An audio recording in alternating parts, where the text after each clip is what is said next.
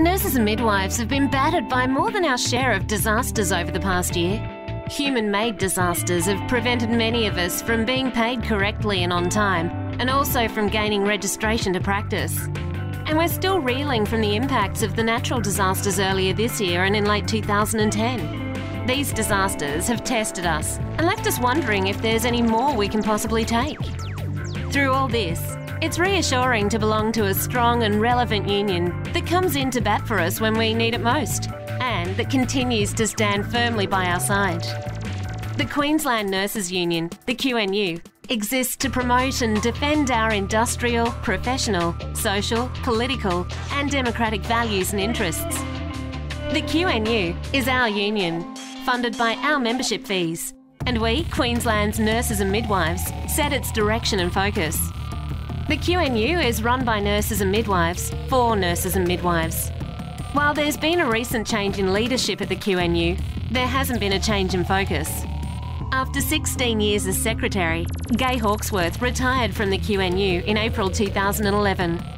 In accordance with the rules of our union, and following endorsement by QNU Council, the Assistant Secretary, Beth Mohle, stepped into the role of Secretary.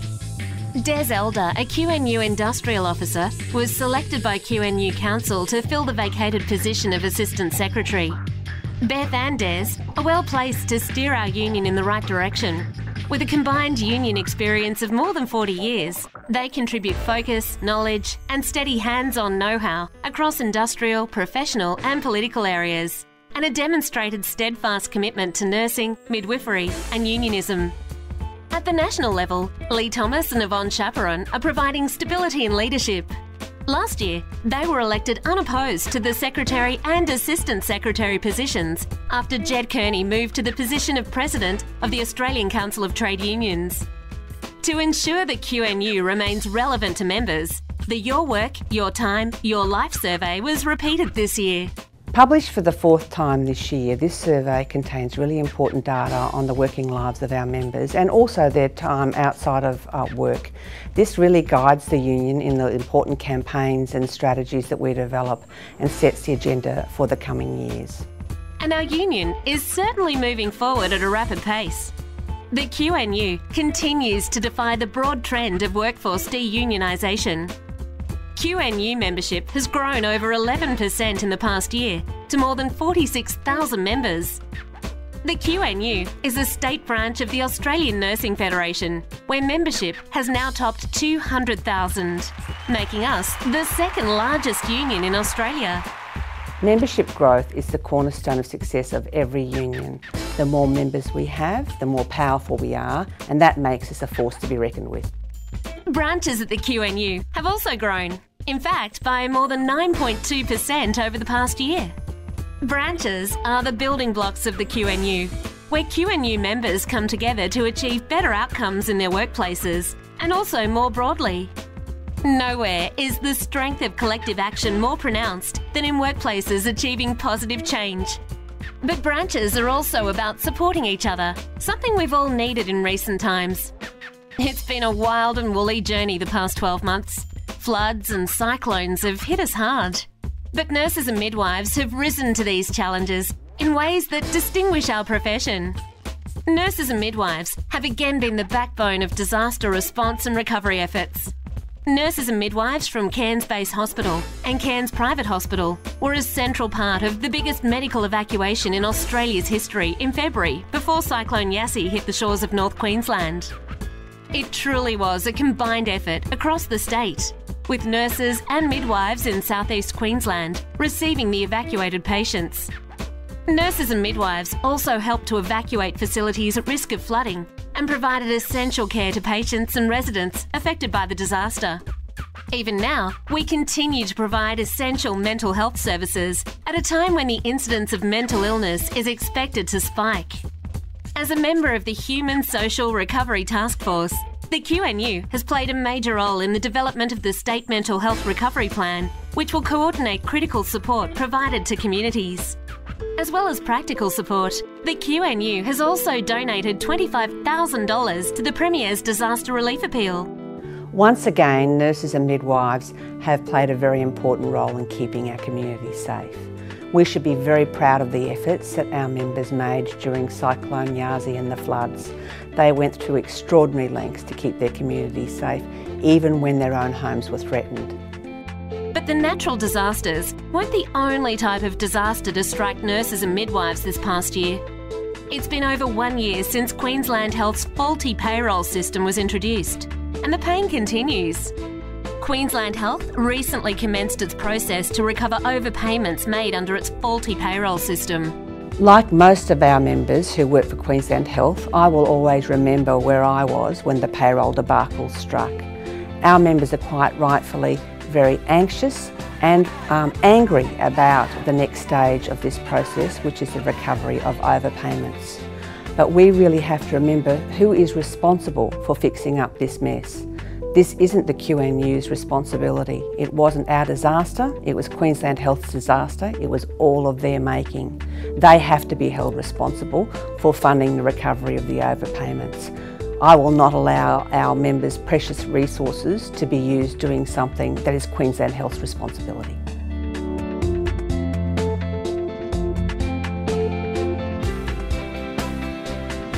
Similarly, much to the dismay of many nurses, midwives and students of our profession, the introduction of the National Registration and Accreditation Scheme also proved to be a difficult transition.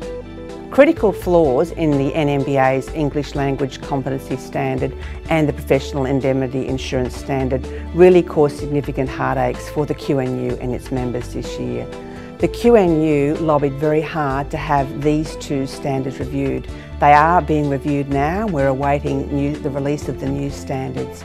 If it hadn't actually been for the QNU and the ANF doing this concerted lobbying, goodness knows where we'd be right now. While the QNU is campaigning on these fronts to defend members' interests, these issues haven't consumed the union. The QNU is also focused on promoting our interests and positioning us well for the future. The complex puzzle that is national health reform has been an area of focus for the QNU. Earlier this year, a QNU official went offline for 6 months to become the health union's representative for health reform, with responsibility for working through the detail of the reform process and ensuring the interests of nurses and midwives remain top priority during negotiations and deliberations.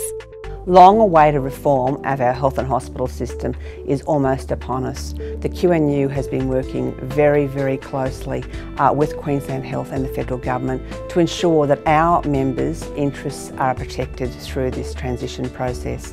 This isn't going to be occurring until 1 July next year, and there is a lot of work that we need to do until that time to make sure that the interests and values of our members are protected. Just as importantly, maintaining and improving the wages and working conditions of nurses and midwives has been a successful but also challenging task.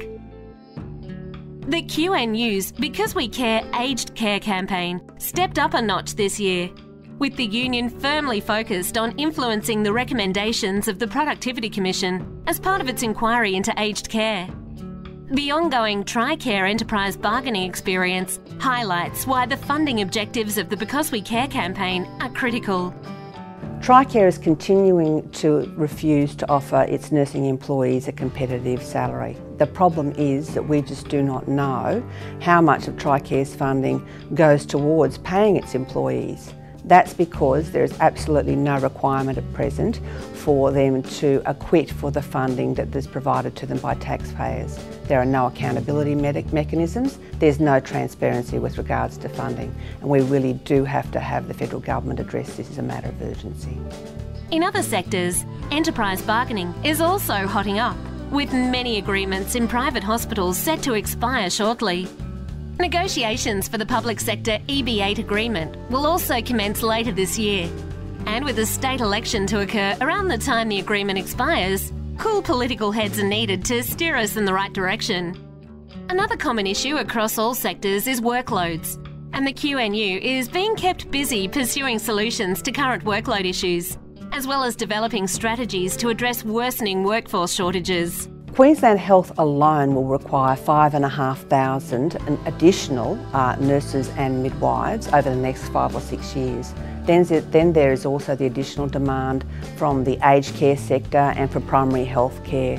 It is really critical that we address the nursing and midwifery workforce shortage. We need to have a strategy to do that.